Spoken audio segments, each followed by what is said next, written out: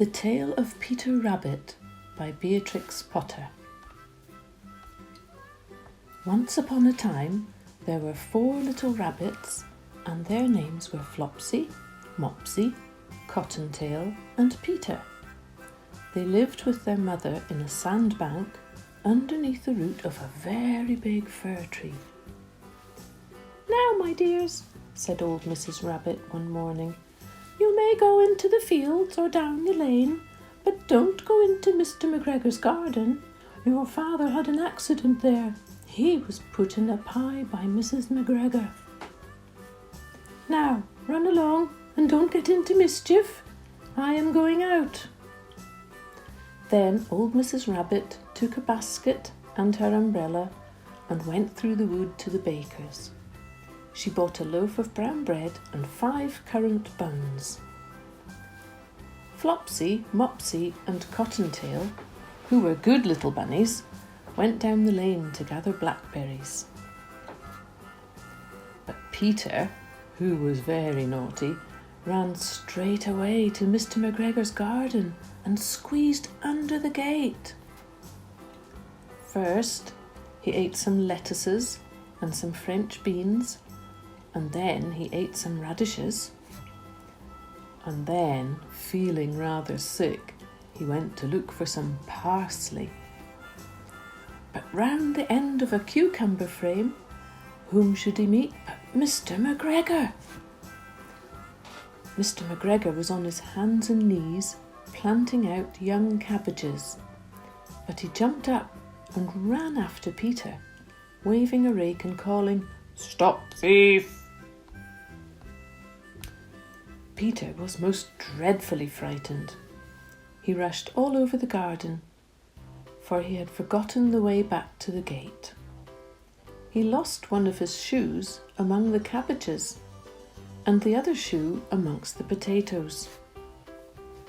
After losing them, he ran on 4 legs and went faster, so that I think he might have got away altogether if he had not unfortunately run into a gooseberry net and got caught by the large buttons on his jacket.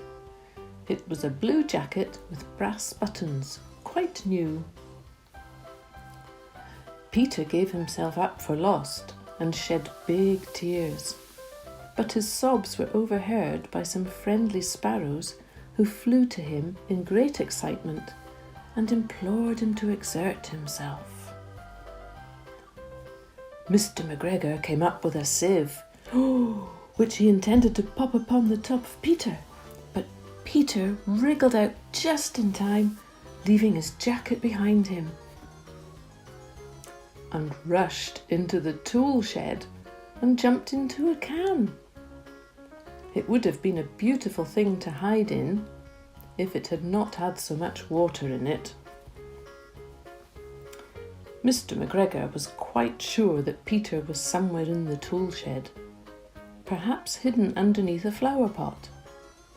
He began to turn them over carefully, looking under each. Presently, Peter sneezed. "Achoo!" Mr. McGregor was after him in no time, and tried to put his foot upon Peter, who jumped out of a window, upsetting 3 plants. The window was too small for Mr. McGregor, and he was tired of running after Peter. He went back to his work. Peter sat down to rest. He was out of breath and trembling with fright, and he had not the least idea which way to go. Also, he was very damp with sitting in that can. After a time, he began to wander about, going lippity, lippity, not very fast, and looking all round. He found a door in a wall, but it was locked, and there was no room for a fat little rabbit to squeeze underneath. An old mouse was running in and out over the stone doorstep, carrying peas and beans to her family in the wood. Peter asked her the way to the gate, but she had such a large pea in her mouth that she could not answer. She only shook her head at him. Peter began to cry. Then he tried to find his way straight across the garden, but he became more and more puzzled. Presently he came to a pond where Mr. McGregor filled his water cans. A white cat was staring at some goldfish.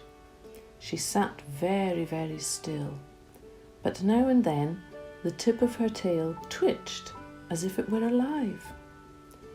Peter thought it best to go away without speaking to her.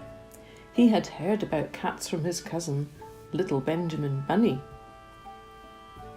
He went back towards the tool shed, but suddenly, quite close to him, he heard the noise of a hoe.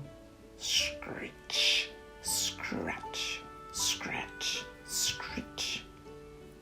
Peter scuttered underneath the bushes, but presently, as nothing happened, he came out and climbed upon a wheelbarrow and peeped over. The first thing he saw was Mr. McGregor hoeing onions. His back was turned towards Peter, and beyond him was the gate. Peter got down very quietly off the wheelbarrow and started running as fast as he could go, along a straight walk behind some blackcurrant bushes. Mr. McGregor caught sight of him at the corner, but Peter did not care. He slipped underneath the gate and was safe at last in the wood outside the garden. Mr. McGregor hung up the little jacket and the shoes for a scarecrow to frighten the blackbirds. Peter never stopped running or looked behind him till he got home to the big fir tree. He was so tired that he flopped down upon the nice soft sand on the floor of the rabbit hole and shut his eyes. His mother was busy cooking. She wondered what he had done with his clothes. It was the second little jacket and pair of shoes that Peter had lost in a fortnight. I am sorry to say that Peter was not very well during the evening. His mother put him to bed and made some chamomile tea, and she gave a dose of it to Peter. 1 tablespoon to be taken at bedtime. But Flopsy, Mopsy and Cottontail had bread and milk and blackberries for supper. The end.